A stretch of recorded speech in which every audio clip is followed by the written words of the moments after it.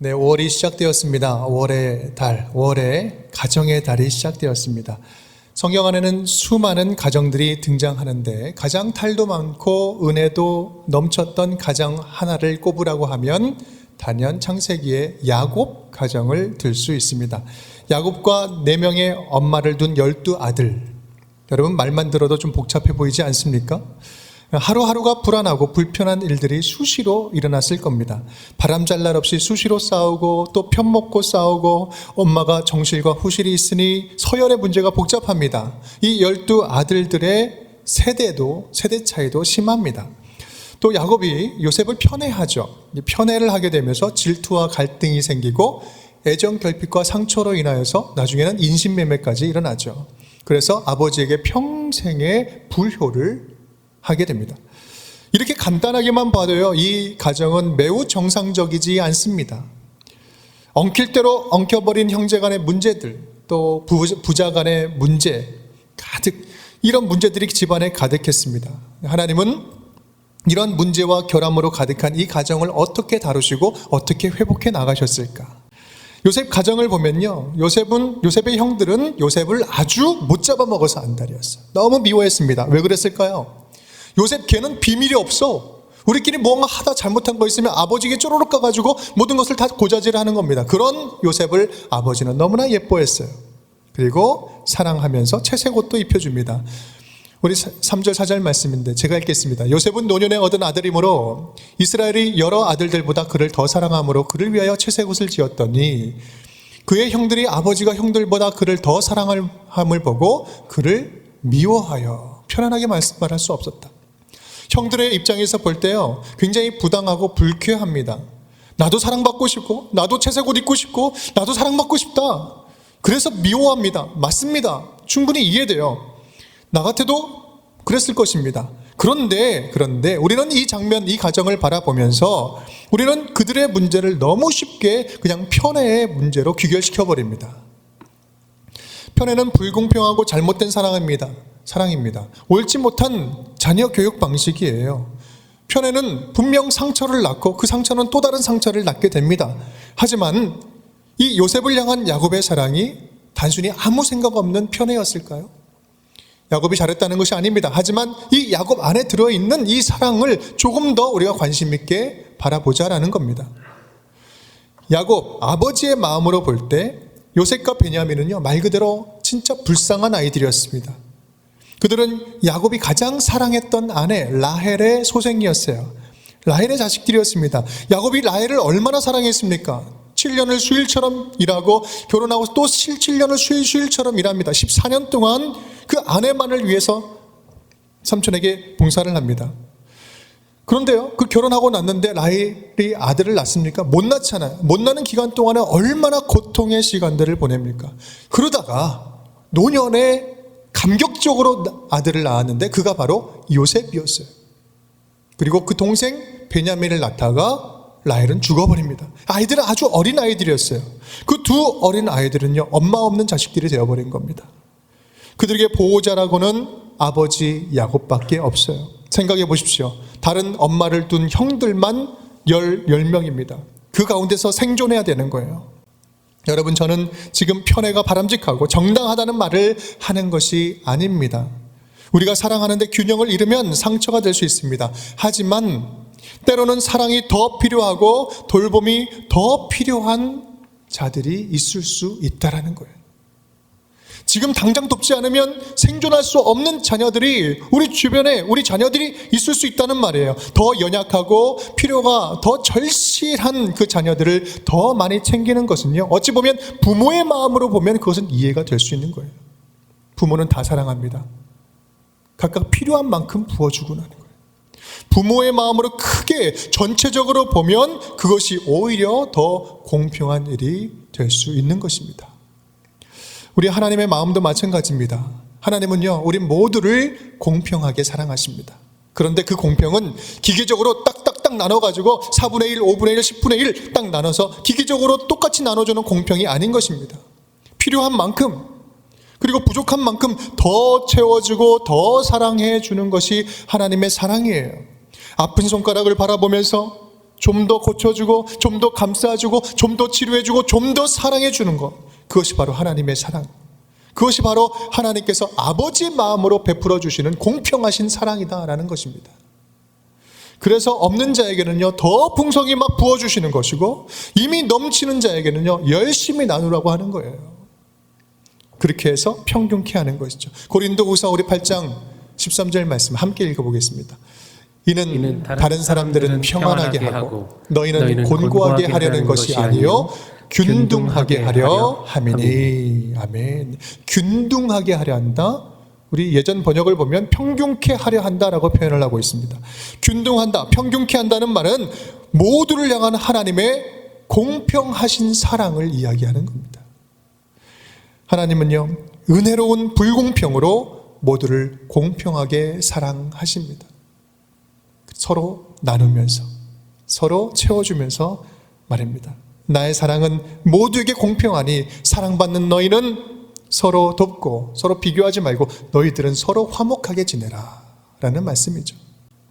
형제들이여 자매들이여 서로 비교하지 말고 남보다 덜 받았다고 서운해하지 말고 싸우지 말고 각자 받은 분량과 은혜에 만족하면서 서로 돕고 화목하게 살아가라. 그리고 너희는 넉넉한 마음으로 도와주면서 살아가라. 이것이 바로 하나님이 우리에게 주시는 말씀입니다. 하나님은 우리로 하여금 때론 넘치게, 때론 적당하게, 때로는 있는 것을 나누게 하시면서 하나님 안에 있는 풍성한 은혜를 경험하게 하십니다. 누구는 받으면서 풍성하게 하시고요, 누구는 주면서 더 풍성하게 누리게 하시는 거예요.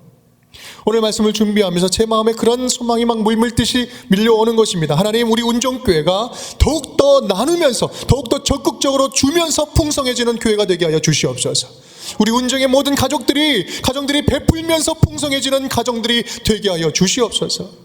우리 지난 2년 반에 우리 교회의 특징이 뭘까 한번 되돌아보고 기도를 하는데요, 이런 마음이 드는 거예요. 우리도 다 똑같이 어려웠습니다. 어려운 가운데서도 섬기고 나눔의 그 풍성함을 누리는 교회였구나. 하나님이 그 기쁨을 주시는 교회였구나. 물론 받아서 우리가 풍성해질 수 있습니다. 하지만 진짜 풍성한 것은요, 더욱더 적극적으로 더욱더 나누면서 누리는 풍성함이 진짜 더 큰 풍성함 아니겠습니까?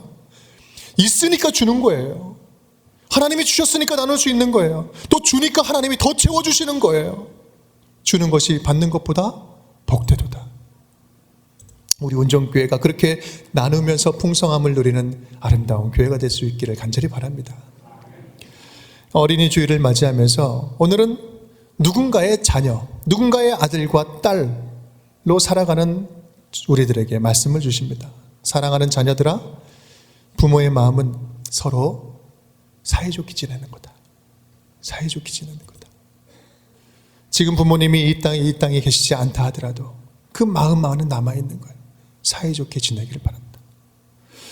하나님의 자녀인 우리에게 주시는 말씀입니다. 사랑하는 자녀들아, 믿음 안에서 화목하게 지내자. 각자에게 이미 주신 사랑의 분량에 감사하며 공평하신 하나님을 믿음으로 고백할 수 있을 때 우리 가운데는 기쁨과 만족과 화평함과 화해함이 넘치게 될 줄 믿습니다. 우리 요셉 가족 이야기 속으로 다시 한번 들어가 볼까요? 요셉과 형들은 서로 씻을 수 없는 상처를 주고받았습니다. 이 상처는요, 사람의 힘으로는 치유가 불가능한 상태였어요. 생각해 보십시오. 우리 야곱이 형들이 멀리 지금 헤브론이라는 이 남쪽에 있는 땅에서 건기여서 풀을 뜯어먹을 수 없으니 멀리 보냅니다. 우리 세겜까지 양치러 갑니다. 그 아들들이 잘 있는지 사람을 파송해서 문 하나 보내는데 요셉을 보내요. 그 먼 길을 걸어갑니다. 여러분, 그 거리가 얼마나 되는지 아십니까? 헤브론에서 세겜까지는 직선 거리로 77km예요. 그런데 거기 찾아갔는데 없어요. 더 올라갔어요. 도단으로 올라갔는데 거기는 29km입니다. 도합 직선거리만 106km예요. 서울로 따지면 서울에서 충천거리요, 서울에서 아산거리입니다. 그때 그 어린 아이를 보내는 거예요. 아들들도 그렇게 사랑한 거예요. 그런데 그 요셉을 만나자마자 형들이 어떻게 합니까? 구덩이에 잡아넣습니다. 물이 없는 웅덩이에 넣어버려요. 그 시스턴이라는 그 웅덩이는 마치 항아리처럼 생겨서 입구는 아주 좁은데요, 안에는 이렇게 넓습니다. 이렇게 넓어서 본인 스스로는 절대로 100% 나올 수 없는 곳이 시스턴이라는 그런 웅덩이, 항아리예요. 거기 넣었다는 것은 심정적으로 이미 죽인 거예요. 나중에 어떻게 됩니까? 거기서 빼내서 인신매매로 팔아버리죠. 요셉은 그 후로 13년간 언제 끝날지 모르는 처절한 고통의 시간을 보내게 됩니다. 그런데요, 그럼에도 불구하고 이 말할 수 없는 상처를 받았음에도 불구하고 요셉은 하나님을 떠나지 않습니다. 하나님만을 굳게 붙잡습니다. 하나님만을 의지하죠. 어떻게 요셉이 하나님을 떠나지 않고 견뎌낼 수 있었을까? 그것은 바로 요셉 안에 하나님의 꿈이 담겨 있었기 때문입니다. 요셉 안에 하나님의 꿈이 담겨 있었어요. 오늘 읽은 본문 바로 뒷부분 보면 꿈 이야기가 나옵니다. 요셉이 꿈을 꾸는데 형들의 곡식단이 자신의 곡식단에게 절한다고 이렇게 입을 얘기하는 거예요. 기분 나쁘죠? 또한 2번 꿈을 꿉니다. 다시 꿈을 꿨는데 해, 달, 별이 요셉에게 절을 하는 꿈을 꿉니다. 다른 사람들이 볼 때는 굉장히 기분 나쁜 꿈입니다. 하지만 요셉에게 있어서는 굉장히 중요한 꿈이죠. 꿈을 2번 겹쳐 꿨다는 것은 하나님이 반드시 이루겠다는 약속이 담겨 있는 거예요. 그 꿈은 단순한 꿈이 아니라 하나님의 웅대하고도 크고 비밀스러운 비전이 담겨져 있는 꿈이었어요. 애굽으로 팔린 요셉 인생은요, 그때부터 종살이에 감옥살이에 불행이 시작됩니다. 하지만 동시에 하나님의 꿈도 그의 인생 가운데 함께 흐르게 됩니다. 요셉이 종과 죄수로 20대 그 꽃과 같은 나이를 보내는 동안 하나님의 꿈도 20대를 함께 자라가고 있었습니다. 하나님은 요셉 인생 가운데 함께 하시면서 꿈을 포기하지 않으셨습니다. 요셉 안에 담아두었던 하나님의 꿈, 하나님은 꿈을 포기하지 않으셨어요. 그 꿈은 어떤 꿈이었을까? 첫 번째 함께 따라하겠습니다. 요셉 인생을 향한 꿈을 포기하지 않으셨습니다. 요셉 인생을 향한 꿈을 포기하지 않으셨습니다. 도단에서 형들이 요셉을 만날 때 형들이 이렇게 이야기를 하죠. 멀리서 요셉 오는 걸 보고 꿈꾸는 자가 오는도다 라고 이야기합니다. 이것은 분명히 형들이 요셉을 비꼬는 말이에요. 너 그래 꿈꾸는 처놈다 뭐 이렇게 이야기를 하는 거겠죠. 그런데 여기에는 역설적인 의미가 담겨져 있어요. 요셉은 꿈을 가진 자다. 누구의 꿈입니까? 하나님의 꿈을 가진 자다. 성경은 이야기하고 있는 겁니다. 하나님은 꿈으로 요셉에게 말씀하셨고 그 꿈이 그의 인생을 이끌어 간 것입니다. 꿈 때문에 인생의 위기를 맞이했지만 결국은 꿈 때문에 애굽의 총리가 되는 것이죠. 요셉은 중요한 순간순간이 올 때마다 하나님의 꿈을 기억하고 있었습니다. 창세기 42장 말씀을 보면 이렇게 표현하고 있어요. 요셉이 그들에게 대하여 꾼 꿈을 생각하고 그들에게 이르되 너희는 정탐 꿈이라. 형제들을 만날 때 꾼 꿈이 생각난 거예요. 그 꿈은 잊혀지지 않았던 꿈이 있습니다. 요셉은 자기에게 담아주셨던 하나님의 꿈을 간직하고 살았습니다. 왜 그랬을까요? 요셉에게 있어서 꿈은 하나님의 말씀이었기 때문에 그래요. 하나님의 말씀이 이끄는 인생이었기 때문에 그렇습니다. 우리 잠언 29장 18절 말씀에 함께 읽겠습니다. 묵시가 없으면 백성이 방자히 행하거니와 율법을 지키는 자는 복이 있느니라. 아멘. 이 묵시가요, 영어로 표현하면 비전이라는 그런 번역이 있어요. 비전. 묵시가 없으면 이 비전은 뭡니까? 하나님의 말씀이에요. 하나님의 말씀이 하나님의 비전이고 하나님의 비전이 하나님의 꿈인 것이에요. 요셉은 하나님의 말씀, 하나님의 꿈, 하나님의 비전을 품고 살아갔던 것입니다. 비전은 내가 꾸는 꿈이 비전이 아니라 나를 통해 하나님이 꾸시는 꿈이 비전이라는 사실입니다. 우리 안에 하나님의 말씀과 꿈과 비전이 살아있는 한, 담겨있는 한 하나님은 절대로 우리를 포기하지 않습니다. 내가 포기하지 않는 한 하나님은 나를 포기하지 않으세요. 여러분을 포기하지 않으십니다. 말씀을 담으시고 그 가운데 역사하십니다. 마치 요셉에게 하신 것처럼 말입니다. 내게 주신 하나님의 꿈이 무엇인지 또 어떻게 성취해야 될 것인지 잘 모르겠습니까? 여러분 걱정하지 마십시오. 하나님의 꿈을 이룰 수 있는 가장 간단하고 확실한 방법이 있습니다. 그것은 바로 하나님 곁에 딱 달라붙어 있는 거예요. 하나님 곁을 떠나지 않는 것이에요. 하나님이 주시는 그 말씀을 굳게 붙잡고 어려운 가운데서도 절대 포기하지 않는 거예요. 요셉처럼 선을 행하다 낙심하지 말지니 때가 이름에 이루리라. 선을 행하다가 낙심하지 말아라. 때가 이르면, 주님의 때가 이르면 분명히 이룰 것이다. 우리 가운데 담아두신 하나님의 말씀을 끝까지 붙잡고 하나님의 꿈을 우리 인생을 통해서 성취하여 드리는 저와 여러분이 될 수 있기를 주님의 이름으로 축원드립니다. 두 번째 우리 따라하겠습니다. 요셉 가정을 향한 꿈을 포기하지 않으셨습니다. 요셉 가정을 향한 꿈을 포기하지 않으셨습니다. 요셉을 팔아넘긴 형들, 그 형들의 마음 한켠에는요, 평생 동안 죄책감이 따라다녔습니다. 우리 창세기 42장 말씀 보면 이런 표현이 있습니다. 함께 읽어보겠습니다. 그들이 서로 말하되 우리가 아우의 일로 말미암아 범죄하였도다. 이제 어떤 사건들이 생기면서 요셉의 이야기가 나오면서 그 안에서 옛날에 잠겨두었던 그 옛날 죄책감, 죄스러운 잔물들이 떠오르는 거예요. 다시 만날 줄 몰랐던 그 요셉과 형제들, 그런데 그들은 운명처럼 다시 만나게 됩니다. 42장 21절 하반절입니다. 그가 우리에게 애걸할 때 그 마음의 괴로움을 보고도 듣지 아니하였으므로 이 괴로움이 우리에게 임하도다. 지금 발생되는 이 일로 말미암아 옛날을 생각하며 우리가 그때 잘못했는데 라고 후회하면서 회개하고 깨우치는 거예요. 하나님은 다시 만나는 이 과정을 통해서 형제들로 하여금 과거의 잘못을 드러나게 하시고 생각나게 하시고 잘못을 뉘우치게 합니다. 회생이 불가능해 보이는 해체된 과정을 조금씩 만져주시면서 씻어주시는 거예요.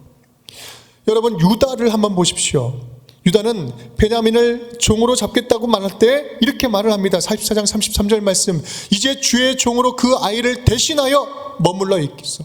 내 주의 종이 되게 하고 그 아이는 그의 형제들과 함께 올려보내소서. 베냐민만큼은 안 됩니다. 베냐민만큼은 안 됩니다. 내가 대신 잡힐 테니 올려보내소서. 우리 43장에서는요, 우리 유다가 또 이렇게 고백을 해요. 내가 그를 위하여 담보가 되려오리니 내가 그를 대신해서 담보가 되겠다. 대신 잡히겠다라는 거예요. 13년 전에 한번 생각해 보십시오. 그들은 자기들이 살기 위해서 요셉을 죽이려 했습니다. 그런데 지금은요, 이 유다는 이제는 동생을 살리기 위해서 자기가 대신 죽겠다고, 대신 죽는 자리로 가겠다고 이야기를 하는 겁니다. 여러분, 이것은요, 성경 전체에 흐르고 있는 대신 값을 치르는 십자가, 대신 값을 치르는 고엘 사상을 지금 보여주고 있는 거예요. 창세기에서 보여주고 있는 것입니다. 이때부터 성경은 이 유다가 영적 장자권을 획득했음을 보여주고 있어요. 야곱은 어떻습니까, 여러분? 아버지 야곱 43장 13, 14절 말씀 우리 함께 읽어보겠습니다. 내 아우도 데리고 떠나 다시 그 사람에게로 가라. 전능하신 하나님께서 그 사람 앞에서 너희에게 은혜를 베푸사 그 사람으로 너희 다른 형제와 베냐민을 돌려보내게 하시기를 원하노라. 내가 자식을 잃게 되면 이르리이다. 아멘. 어떻게 됩니까? 요셉이 마지막에 베냐민을 보내는 장면이에요. 평생 동안 이 아들만큼은 안 돼. 이 아들만큼은 안 돼. 요셉도 이뤘는데 베냐민마저 이룰 수 없어. 아들에 대한 집착이 너무나 컸습니다. 그런데요, 그 야곱이 삶의 모든 주도권을 누구에게 드려요? 하나님께. 전능하신 하나님께서 그 사람 앞에서 내게 은혜를 베푸자. 지금까지 누가 은혜를 베풀었어요?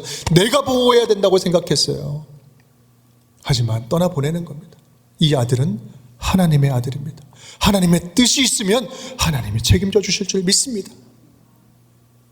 내 자식을 잃게 되면 이르리로다. 완전히 맡기는 장면이에요. 야곱은 그렇게 믿음의 인격이 완성이 됩니다. 여러분, 지금 이 고통스러운 과정인데, 고통스러운 과정 속에서 하나씩 주님께서 고치시고 회복시키는 장면을 볼 수 있습니다. 우리 하나님은 결국 산산조각 났던 그 요셉 가족들을 화해의 자리로 이끄십니다. 45장 8절 말씀 함께 읽겠습니다. 당신들이 나를 이곳에 팔았다고 해서 근심하지 마소서, 한탄하지 마소서. 하나님이 생명을 구원하시려고 나를 당신들보다 먼저 보내셨나이다. 아멘. 하나님이 우리 모두를 살리시려고 나를 먼저 보낸 겁니다. 당신들이 보낸 거 아닙니다. 하나님의 크신 뜻 안에서 보냄받은 것입니다. 두려워하지 마십시오. 근심하지 마십시오. 요셉은 먼저 용서를 선포하고 있는 거예요. 하나님의 주권을 분명히 인정할 때 우리는 깨어진 가정에, 깨어진 관계에 용서와 화해가 깃들 수 있습니다. 사랑하는 여러분, 우리 하나님은 우리 가정들 안에 오랫동안 풀지 못했던 마음들이 서로 풀어지기를 원하십니다. 물론 여러분 여기서 말할 수 없는, 쉽게 풀릴 수 없는 다양한 사연들, 그리고 다양한 아픔들, 상처가 있고 때로는 원망도 가득합니다. 그것이 약하다는 것이 아니에요. 하지만 주님께서 불쌍히 여기시고 만지시면 풀지 못할 상처 없고 회복하지 못할 관계가 없다라는 사실입니다. 우리 하나님은 오늘 특별히 피를 나눈 형제 자매들, 우리들의 가족들이 믿음 안에서 다시 예전에 보금자리가 회복되기를 간절히 원하신다라는 사실입니다. 여러분 오늘 도전드립니다. 형제들끼리 혹시 관계가 안 좋은 분들 계신다면 화해하기를 포기하지 마십시오. 왜냐하면 우리 하나님이 포기하지 않으시기 때문입니다. 왜요? 무엇을 화해하기를 포기하지 않으시기 때문입니다. 왜 그렇습니까? 우리들 가정 안에는 어떠한 모습이든지 연약한 가족이다 할지라도 하나님의 꿈이 담겨져 있기 때문입니다. 하나님의 꿈은, 우리 가족을 향한 하나님의 꿈은 가정 안에 있는 깊은 오해와 상처가 씻어지고 치유되고 화해가 일어나고 하나님의 사랑이 머무는 보금자리가 되는 것이기 때문입니다. 우리 온정의 모든 가정들 안에 그런 회복이 있기를 간절히 축복합니다. 우리 세 번째 함께 따라하겠습니다. 하나님 나라를 향한 꿈을 포기하지 않으십니다. 하나님 나라를 향한 꿈을 포기하지 않으십니다. 우리 다 함께 45장 7절 8절 말씀 우리 함께 큰 목소리로 읽겠습니다. 하나님이 큰 구원으로 당신들의 생명을 보존하고 당신들의 후손을 세상에 두시려고 나를 당신들보다 먼저 보내셨나니 그런즉 나를 이리로 보낸 이는 당신들이 아니요 하나님이시라. 하나님이 나를 바로에게 아버지로 삼으시고 그 온 집의 주로 삼으시며 애굽 온 땅의 통치자로 삼으셨나이다. 아멘, 아멘. 하나님의 꿈은요, 단순히 요셉만을 위한, 또 요셉의 가족의 관계 회복만을 위한 것이 아니었어요. 하나님의 더 큰 꿈은 요셉을 통해서 하나님이 열방을 통치하시는 것, 요셉을 통해서 열방을 하나님께서 통치하시겠다는 것, 그것이 하나님의 더 웅대한 꿈이었어요. 총리가 된 요셉은 47장에서 보면 애굽의 토지법을 세웠다고 이야기합니다. 이 토지법이 적용되는 모든 땅은 요셉의 통치 안에 들어왔다는 거예요. 이 말은 하나님께서 요셉을 통해서 열방을 통치하게 되었다는 말씀입니다. 우리 하나님께서 우리 가정을 회복하시면서 궁극적으로 우리 가정을 바라보시면서 원하시는 것, 꿈꾸시는 것은요, 우리들의 가정이 하나님의 사랑을 더욱더 적극적으로 흘려보내는 거룩한 구원의 통로가 되게 하는 것, 그것이 바로 하나님이 바라시는 꿈인 겁니다.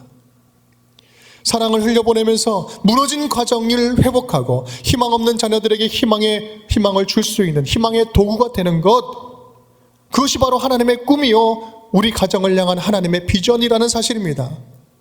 오늘 어린이 주일을 맞이하면서 우리에게 도전 주시는 말씀이 바로 이거예요. 우리 가족 안에 있는, 우리 테두리 안에 있는 자녀들 물론 중요합니다. 잘 키워야 됩니다.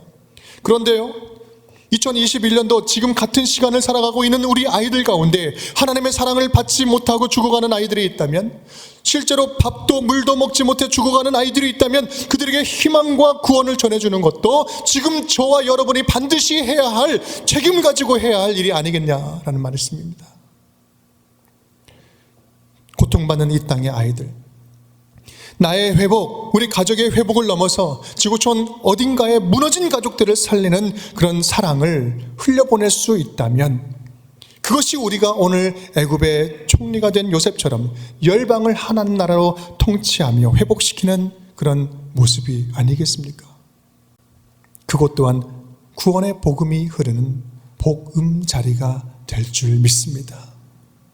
사랑하는 여러분, 우리들의 가정이 진정한 복음자리가 될 수 있는 것은 하나님의 사랑이 흘러갈 때 복음으로 복음자리가 될 수 있습니다.